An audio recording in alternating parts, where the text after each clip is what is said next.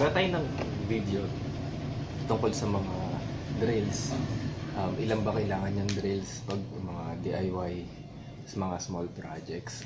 Kung lagi nyo naman sa tingin nyo, lagi mo kayong gumagawa, as in, hobby nyo siya every weekend, mga weekend warriors. Ano ba yung magandang drill na bilhin? Tsaka kung ilan ba? Ito, pakita ko sa inyo yung mga collection of drills namin. Meron pa yung mga drills na laging ginagamit, pero hindi kami mga drills na minsan lang gamitin for special purposes lang. Ito. Yan. Meron silang kanya-kanya.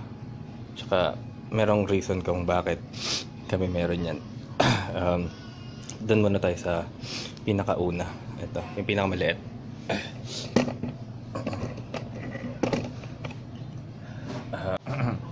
Punta tayo sa unang drill namin. Ito yung maliit pang screw ng mga maliliit. Yan, mga ganito. Ito, screwdriver na drill. Bakit nyo kailangan ito? Kasi yung mga ganito, kapag malakas yung ginamit nyo ang mga ganito, mag-loose thread, masisira yung kahoy, lalo pag plywood, loose thread yan. Ito, ni-screw namin to sa edge pa ng plywood, kaya yung ginagamit namin, saktong-sakto. Liliit. Tapos, next ay yung karaniwan na pang screw, mga ito kadalasan yung gagamitin, gypsum screw. Kailangan suggest ko tatlo para hindi kayo magpapalit-palit. Isa para sa ito pang pilot hole. Ito 20 volts pang pilot hole. Kasi minsan yung kahoy tigas. Ito. Tapos ito isa pang countersink ng ulo. At ito impact driver naman pang screw. Etong impact driver, mahirap, wag nyo siyang gagamitin sa pang ano yung tawag doon? Yung pocket holes, lalo pag plywood, kasi ito malakas. Kapag nag-grip nyo ng ganun, ng malakas, may tendency na yung plywood nyo bumuka. Kaya mas maganda talagang gagamitin nyo kapag pocket hole, pang screw ng pocket hole. Ito. Sasakta lang yung torque niya. Isa-set niya lang. Meron naman siyang adjustment. Meron siyang adjustment. Yan. Tapos, ito. Punta tayo sa corded na drill. Yan. Ito. Kailangan nyo ng, kung lagi kayo nagpa-pocket hole, suggest ko bili kayo ng ganito. Ito pinaka mahina na corded na drill doon sa line nila. Ang kinaganda kasi nito, yung power niya hindi nag-iiba. So kung magpa-pocket hole kayo ng madami,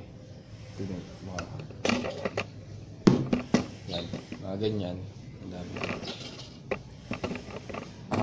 mas maganda corded para hindi, kahit alam mo yan, hindi kayo mabibitin, dire-diretso lang yung pag nyo, pag pocket hole. Tapos huwag yung masyadong malakas na drill kasi baka masira yung bits nyo, mabali sobrang lakas. Yan. Yung itong mga sinabi, puro kadalasan siya pang kahoy. Tapos, kailangan meron din kayong isa kung sa mga bahay lang, mga DIYs naman. Kadalasan kasi pinapagawa sa inyo. For cabinets, mga ganun. So, kapag maghahang kayo ng cabinets, kailangan nyo yung drill na merong hammer. Ito. Ito meron siyang hammer function para ito naman sa mga semento. Kasi yung drill niya, habang umiikot siya, nagtumaganan din siya. So, kapag yung ganito lang, ito yung cord din. Hirap, susunog yung motor.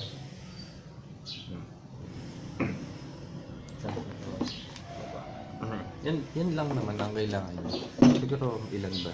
So, hindi nyo naman kailangan bilhin ito, pinakita ko lang yung anim para kung ano yung lagi niyang ginagawa.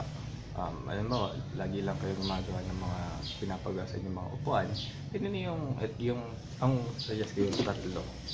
Yung pang screw, isang pang pilot hole, isang pang screw, tsaka isang pang countersink. Yun, para mabilis kayong makatapos ang gawa. Tapos kung ang mga nagawa niya naman mga maliliit na projects or maliliit na mga screws na gano'n, ito. Tapos kung pero ito maganda, meron kayong ganito. Minsan lang siyang gamitin kapag kailangan kasi hindi naman kayo lagi magbubutas ng dingding, baka yan, mapagalitan na kayo ng mga tao sa inyo kasi puno-puno ng butas. Yan. Okay, recap lang natin, no? Ito pang mga small screws, yan, yung mga ganito, yan, mga maliliit. Hindi siya masyadong malakas, saktong-sakto lang sa mga maliliit na screws. Tapos itong tatlo yung para sa mga screw na malalaki, gypsum screw. Pang pilot hole, hindi niya naman kailangan ng 20 volts, okay lang din 12 volts, basta tatlo sila, mas maganda. Yan lang, maarte lang tayo. Yan. Pero mas maganda kung mga mataas na volts na para malakas ang power.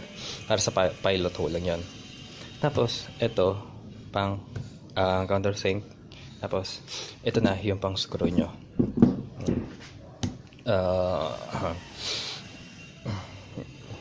Kapag pocket holes, wag ito ang gagamitin. Ito ang gagamitin kapag pocket holes, lalo pag plywood kasi may tendency na pumutok, lalo kapag ito yung gagamitin nyo na screw sa pocket holes. May tendency pumutok kapag ito ang gagamitin. Next, ito maganda rin ito kasi hindi siya overpower. Ito yung pinaka maliit. Pwede rin ito kung pang pilot holes nyo kapag lalo dun sa mga matitigas na kahoy. Ito pinaka ito na yung gamitin nyo. Medyo mahina siya para compared dun sa pang mason, pang mga semento, pero hindi ito ginagamit pang semento. Ayan, ito ang pang semento natin. Basta merong hammer function. Yan, recap lang. Yan, good luck.